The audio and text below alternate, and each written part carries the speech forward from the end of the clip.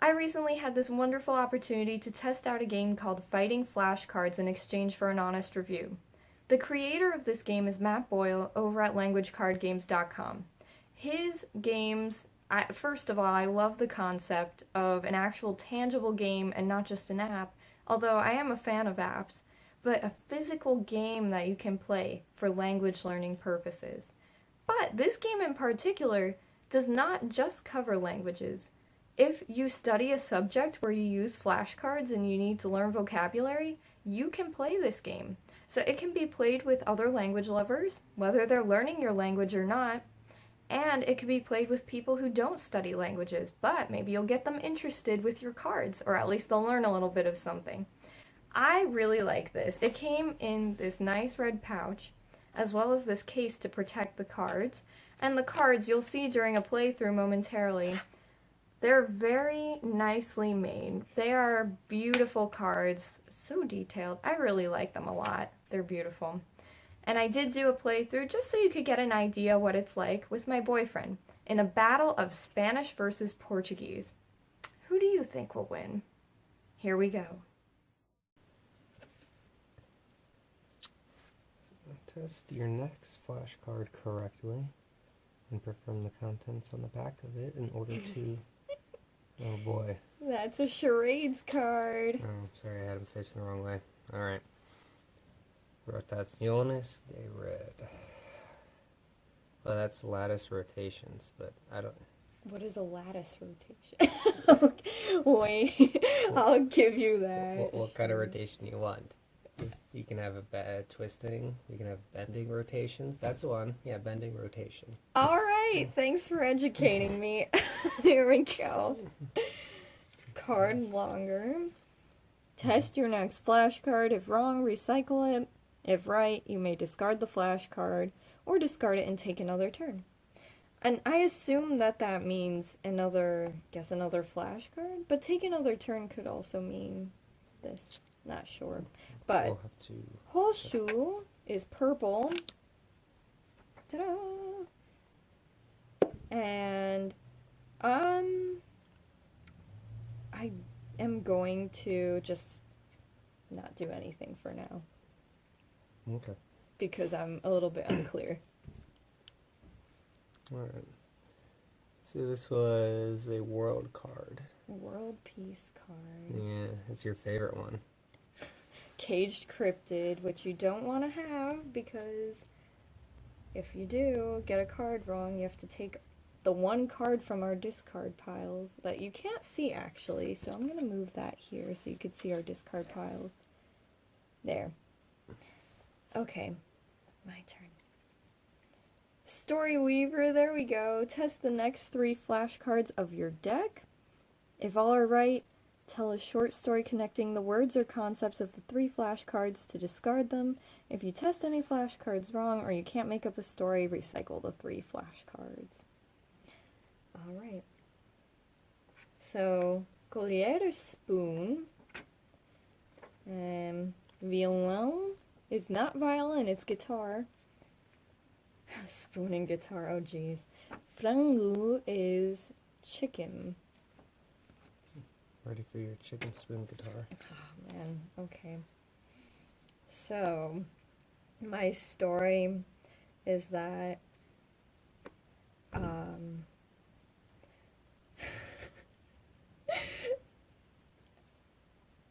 Elliot the chicken walked back into the barn and saw that a spoon had fallen on the ground because the farmer was playing the guitar and couldn't eat and play at the same time. Why was it on the ground? 'Cause it fell. Why did it fall? 'Cause he couldn't eat and play the violon at the same time. He was trying to do it at the same time? Yeah. Okay. So Elliot the frango walked in and saw the collier on the ground because the farmer could not play the violon at the same time as he was eating. Okay, yeah. You're like, I'm so done with her. Let's get that card again. There's only one. I know, we only put that in our deck. Alright, this was Angela's favorite. It's Black Mask. I really like that one. Yeah. Oh, we literally played the exact same card last time with this one.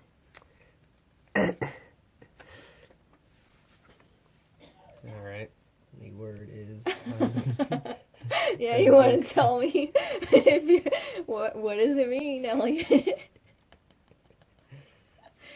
Conductance. I actually don't remember what it means, so you're lying. No? Wait. I couldn't remember. Did you say I was? So you said I was lying? Yeah, it's not conductance. It is conductance. Oh my gosh. So I get For to the discard record, it. we played this game earlier and tried filming it, and I said that he was telling the truth and he was lying, and I didn't remember what that card was. Wow, that's a shame. Oh, Flamecast! This one, I like the Black Mask one, but I think that Flamecast is my favorite because it's time to duel! Yeah. Ready? We're gonna burn this. Hold on. Okay. 3, 2, 1. Charge. Wow. Ow. No, because I'm slow cat. Oh, wait. Why'd I do that? You don't get to do that. Don't take my example. Oh, sorry. Jeez. Alright. Next one is Extinctor. Alright. So I get to choose another player to test their next flashcard. Wonder who you're gonna choose. I think it might be you. Alright. I don't know. So, This means garbage. Lishu is garbage. Now what? yep, that's it. Okay. Oh, wait, so if... Oh man, there's more. And I may discard any world piece? Meh. You don't want to discard that? No, I'm hoping you get something wrong. Oh jeez. Okay, here we go. Wait, so you guessed my flashcard incorrectly. Yeah. With the black card, right? So if you guess a flashcard incorrectly, you have to shuffle that flashcard and all the other flashcards in your discard pile. Oh, here we go. This is gonna get controversial. Yeah. Does that mean when you miss with the black mask, but he got mine wrong? I guess. I guess you're guessing if my... I was guessing wrong. yours, but technically, I did guess a flashcard incorrectly. Yeah, we won't do that one. I don't know how to play it. Okay. But okay. We'll keep it there for now. So this is what I picked up, which was actually another world peace card. And that one also kills you if you get something wrong, because you recycle the top card from each of the other player's flashcard discard piles to the bottom of my deck. So this card would be in my pile there. Cool. Which, I guess you don't want to get any wrong, because... Actually, because of this, all of them would go there anyway. Flamecast! Here we go. Ready? 3, 2, 3, 2, 1, go. Long. Okay. Long. I finally beat you at a Flamecast! You beat me last time, too. Well, not this game. I'm gonna shuffle these two. Oh, yeah. Careful. How are you so far ahead of me? Okay. I don't know. Oh, you had 3 in the beginning with your story. Oh, fun times. Oh, nice. Half-life potion. I wonder how many I'm going to choose to do today. I'm gonna do 2 of them. I would hope so. Okay, well let's hope I get them right though. Alright, so morango is strawberry. That's the one you were looking for before. Strawberry. And then, I don't like this one. Enquanto is while. Wow. You win. This time, we have photographic camera evidence. We have it on record. Good game. What are your thoughts? I enjoyed the game a lot. I especially love its simplicity. You do get a rule book, a PDF rule book with expanded rules, as well as one of the cards in there has the rules, just basic version of the rules, as well as a storyline that I didn't want to talk about because I didn't want to spoil it, but I really did enjoy the storyline as well. I like a good story, so for me, I really enjoyed that aspect of it. Now, I love the simplicity. I love the fact that you just draw a card and do what the card says and that's your turn, but yet there's so many things you could end up doing, whether it's a charade or writing it in the air. And I built my deck for what I thought would be better suited for 2 people versus a group, since I was only playing with one other person, but there's other cards in there that I didn't go over. Another thing that I really liked was that Matt, on his Language Card Games YouTube channel, has some tutorials on how to play this game, which I know helped me. Because for me, as I've said before, I'm not really more of like an auditory learner or a visual learner. Even though I can read the rules, even though someone could explain to me how to play it, I need to actually do it myself. Now, seeing the video of them doing the action and me feeling like I was kind of there, like playing with them, actually helped me a lot, since I couldn't physically have him here to explain it to me. The only thing I would say is that there were some cards when I played with my mom, for instance, that we would debate on kind of how to interpret the cards. As well as when I played with my boyfriend, there were a couple of cards where we thought, this could go either way, and I don't know who's right on that. So if there are a few cards, it would be nice to have a little bit of an explanation that's a little bit more expanded for each card. But if not, if people get them in general better than I do, then I would say just if there's frequently asked questions about specific cards, it would be really cool to have some kind of blog post with an FAQ or another page added to the rulebook PDF that explains some questions that people may have, like, could I play more than one world piece at the same time? Or does this cancel this out? Or what does it mean when it says test someone on their card? Or something like that in general. I think that would be very helpful in addition to all the resources that are already readily available.